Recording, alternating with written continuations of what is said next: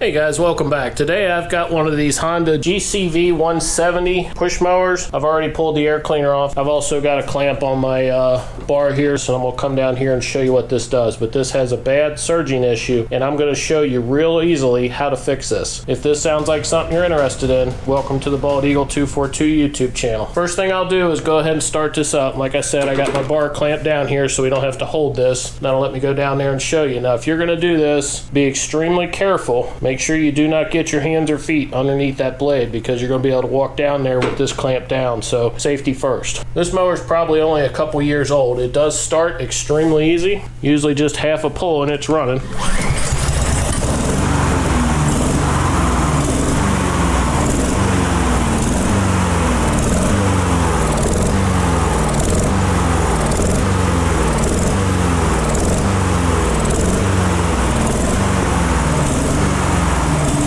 Alright, so I wanted to show you that first. Now I'm going to kind of explain here what's going on. This mower is cold, has not been warmed up yet, so the auto choke is still closed. So first thing you want to do is make sure that this auto choke is working. That's this little bar right here on the side. Depending on how cold it is outside, could take 2 to 3, maybe even 5 minutes if it's really cold. If it's warm, that'll open up much quicker. That's generally not the problem, but you do want to rule that out to make sure that is still working. Make sure this choke is not stuck shut. If you have warmed up your engine and this is still closed, that's a different problem. This video here is specifically going to be for a jet issue, and I'm going to show you both the pilot jet and the main jet and the carburetor. I don't think the carburetor main jet is the issue. This thing's too new and the fuel looks too fresh to be the main jet, but I'll show you the pilot jet. Let's go ahead and pull this thing off and I'll show you how to do that. Alright, so first things first here, you obviously noticed I already had the air cleaner and the air box off. First thing you'll do is push these two little tabs down here. That will expose where the two nuts are mounted here to mount the carburetor and this on. The other thing you need to do is pull this little tube out. Sometimes this will slide off here, sometimes it'll slide off there. Either one's fine. Just leave it in whichever side it comes off on. These nuts will generally be in that plastic cover. They're not in here like this. I just put this on here like this so I could show you how to run this with the air cleaner off so you could see the movement and how this thing was fluctuating on us. But this is a 10 millimeter. Just go ahead and take these out. Those nuts will actually be inside this plastic cover right here, so you're going to pull these nuts off of here to get this off first. Yours will not be here. This was just for demonstrating how this thing was acting on us. These little metal pieces here actually go inside the plastic on that air box. I pulled them out just to put them on here. No big deal. If yours come out, they're easy to put back in. You've got a little gasket right here. Pay attention when you pull this off. It only goes on one way, but it's real easy to figure out how. That little hole right there matches up with that little hole right there. You'll notice I've already got my fuel shut off. These little spring clips can sometimes be a pain to get them pulled back out of the way, but generally you can just pull the whole hose off. And what I'll do is have a little container set up here because there's still fuel, a little bit of fuel between here and there. And if you're not sure that you have good fuel in your tank, this is a good time just to go ahead and open it up and drain all of the fuel out of the tank. And one other thing you will want to check here, and this is actually a good way to check it, sometimes these gas caps will get clogged up and your vent's not working. You can see now we got this turned off, but if you turn this on, that fuel should flow very freely like that. But if you've got this open and that fuel starts and stops just like it did there, like we shut it off, that is a good sign that the vent in your gas cap is not working properly. So first you can just loosen this up and check it. If that is an issue, you may need to replace your gas cap. So we've confirmed our auto choke is working. It's closed. When this opens, it'll open like that once the engine warms up. You should be able to just take your air filter off and you can look around that little plastic thing there. Shine a flashlight down in there if you need to, but you can look in there and you should see this little butterfly here is open just like that once the mower warms up. When it's cold, it'll be closed. Now we got the fuel line disconnected. Just pull this straight out. This is like a little Z-bend here in this throttle linkage. Just turn this like this, and then that will pull right out. Now don't pull this too hard. We've still got a little spring right here. And pay attention when you take this off. The throttle linkage rod, little Z-bend there, that goes in the far hole, and the spring goes in the closest hole to the back of the mower. So we'll take both of those off. That's how easy it is to pull that carburetor off. We're gonna go ahead first. I'm gonna go ahead and take this bowl off because I wanna make sure there's nothing in this bowl. I don't think there is. I think this carburetor is really clean, but we'll go ahead and pull that off and then I'll show you what I think the problem is. One other thing to be aware of here is there is a small amount of fuel still in this bowl. You can let this run out if you want just by shutting the fuel shut off on your mower and then letting it run until it dies. That'll ensure that there's no fuel in here when you pull this apart, but just be cautious of that. No smoking, all that good fun stuff. This is also a 10 millimeter. Go ahead and take this bolt nut loose. Fuel will run out here. If you've still got fuel in here, just put a rag down or something to catch the fuel. There is a little washer there to seal this. Make sure you don't lose that. Sometimes this little washer will stick on the bottom of the carburetor. You need that when you put it back together. Once you get that little bolt nut out, very gently twist this so you don't damage your gasket. Drop that straight down, and we can see what's in the bottom of the bowl. And in this case, there's nothing in there. That's not surprising. Since we're already in here, I'll go ahead and pull the float off. There's a pin here. You can slide that to one side or the other. That will come right out. Then this will come right up. I like to tip this back because you have your little needle right there. Tip it back so it's at the bottom, and then you can pull this out, and that will stay in there. If you turn it over this way, it'll fall out. Not a problem if you're working over your parts tray, but don't do that out in your driveway or something. Take a really good quality flat screwdriver. These are probably the best screwdrivers I've ever owned, but they're PB Swiss. Very nice screwdrivers. This can be very tight. Put your screwdriver in there, and again, make sure this is a good fit. This is a number 3 flat screwdriver. Yeah, this one's not too bad. Just go ahead and pull that out. Pull that out like that. Set that right there. There's also an emulsion tube in there. You can see that up here on the top. Sometimes you can just kind of knock that out. There it went. If you didn't see which way that came out, the small end goes up. If this is clogged up, they sell a special little kit that you can clean this with, but really all you need is just a simple bread tie. Just strip the plastic off the bread tie, and then you can just very gently just stick this through the hole, and the hole on the other side should line up, so that'll go all the way through just like that. And you can do that on all of these holes. These don't look dirty, but just to be safe, we'll go ahead and clean them out. Just a simple bread tie is all it takes to do this. Make sure this hole down here at the bottom is clean, and again, you can just take your bread tie, just pull the whole tie through it. You don't need anything special to clean this up. Just make sure you don't get any of the plastic stuck down in there. Same way this way, just get that good and clean. Then this is your main jet. Take your same bread tie, just go through the hole on this.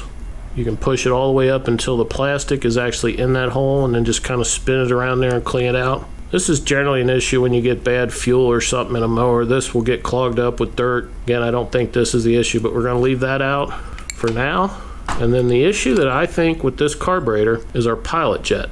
And this can be really tight sometimes. Not too bad. Again, just get a good screwdriver. That's actually a number 2 screw. I've got a number 1 screwdriver there, but it got us out. Go ahead and pull that out. And then down in here, I don't know how well that'll show up on camera, but you can see the little brass. That little jet right there most likely is what's clogged up, causing this thing to surge. So if you don't have a carburetor cleaning kit, we're going to take this same little bread tie. Just strip enough plastic off of your bread tie so that it'll go pretty far down in there. Something else you'll want to do is go ahead and take carburetor cleaner, kind of set that off to the side. When you spray this carburetor cleaner into this pilot jet hole, there's 2 little holes down here in the carburetor. One you can see where this little adjustment screw comes down here, and then there's a second hole there that comes down through there. But go ahead and take your carburetor cleaner. Hopefully that'll show up on camera. See those 2 little streams in there? That tells you that your carburetor has got flow going through it pretty well. So that should have cleaned out anything that was in there. I'll go ahead and do the same thing on the emulsion tube. Just go ahead and spray this down through there, and be very careful. This will spray back in your face if you're not watching it. So just spray that out real well, and then just go right through your main jet. And then if you've got anything in your bowl, just kind of clean that out. This one's very clean, we don't need to worry about it. And also up in here, if you've got any gunk up in here, just go ahead and clean all this out. Doesn't hurt to spray this out. Really don't need to on this one, but that should take care of it. Now this little adjustment is very limited on how much adjustment it has, but generally what I'll do is open that all the way up. That also helps to prevent some surging. Just allows a little bit of extra fuel. Like I said, when you put this back in, this small end goes towards the top. Drop that straight down in there. Go ahead and put your main jet back in with the screwdriver end facing you. Number 3 flat screwdriver works very well for this. And you do want to make sure you get this pretty tight so there's no chance that it vibrates back out after you start the mower. I'm going to take the needle, put it back in our float. If you hold the float like this, it'll stay in place. Turn your carburetor to match. Drop that needle down in the hole there. This is what creates the flow to shut your fuel on and off. As the fuel level fills up, it pushes this up and pushes that needle in there and shuts the fuel off in that little hole right there. If you've got a leaking carburetor, generally that's the issue. When you get that back in there, just put the pin back in there and this will slide in from either side. Just got to get it all lined up. Make sure that goes through both sides like that. Your bowl will hold this on there so it doesn't fall out. Take your bowl, turn it back upside down. Go ahead and put this in. Again, make sure this little washer's there. You can go ahead and tighten this up with your 10mm. And again, this needs to be snug, but it doesn't need to be overly tight. And then last but certainly not least, go ahead and put your pilot jet screw back in. That one does not have any kind of washer on it. It's just a screw that sticks down in there. And that is a number 2 screwdriver. Tighten that down good and tight. That's now ready to go back on there. When we put this on, make sure you hook your little spring up first. Remember, this came out of this outside hole. Turn your carburetor all the way to the left. Put that little Z-bend down through there like that. Turn your carburetor back like that, and then it'll slide right back on here. Make sure this gasket is in place. We didn't take this off, but make sure that's in place. And your auto choke needs to be behind the choke. If for some reason this is open, just make sure it's behind this so that when it comes out, it'll open your choke up. Now, I am going to leave the air box off again. I'm just going to go ahead and put this gasket back on here again. Match this hole up with the hole in the carburetor. You know, that way you'll know you're not getting it upside down or anything like that. There's 4 ways that'll go on. Just make sure you get it on so this hole matches up, and then you know it'll be correct. Put these little spacers on there, and then we're going to bolt this back on and see how this thing runs. Should have taken care of our problem. The only other thing you really want to make sure you've got is some good fuel in your mower. It's a good idea to go ahead and drain the fuel out if you're uncertain. If you bought a mower that's used, you don't know what somebody's got in it. Just go ahead and drain all the fuel out of it and start from scratch. Just going to snug that down there so we can see if this works before we put the air box back on. It should be good enough. And before you turn your fuel back on, make sure you hook your fuel line back up here. And go ahead and turn your fuel on. Something else you can do here before you try to start it, just make sure you got no leaks. I'm going to drop this thing down here and put it on the floor, and we're going to see what we got here. Alright, this time I will go ahead and open the garage door up a little bit so we can let this thing run here for a little while, but I think this should take care of our surging problem, and I also want to show you how this thing works here to keep your choke open after this thing warms up. Alright, moment of truth here. Got my bar clamped down here so we don't have to hold this. Again, use extreme care. Don't get anything under the mower.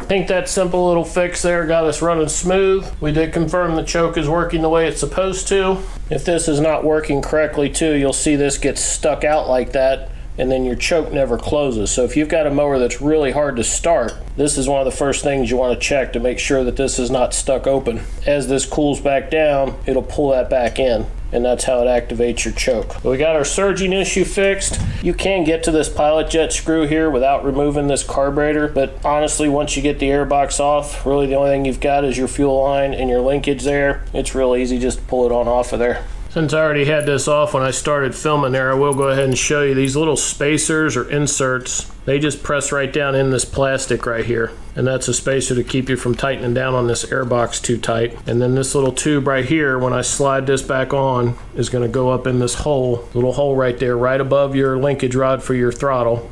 Goes right in that hole, and make sure when you've got your gasket back on there, that hole's matched up with that. We'll go ahead and line up our studs, and I'll keep my finger on this to line this up so it all goes on at the same time. Not really much holds that little tube in there. You just got to make sure you get it seated down into that hole. More of a feel than a see. Then take your 2 nuts, thread these back on there, and then tighten them down.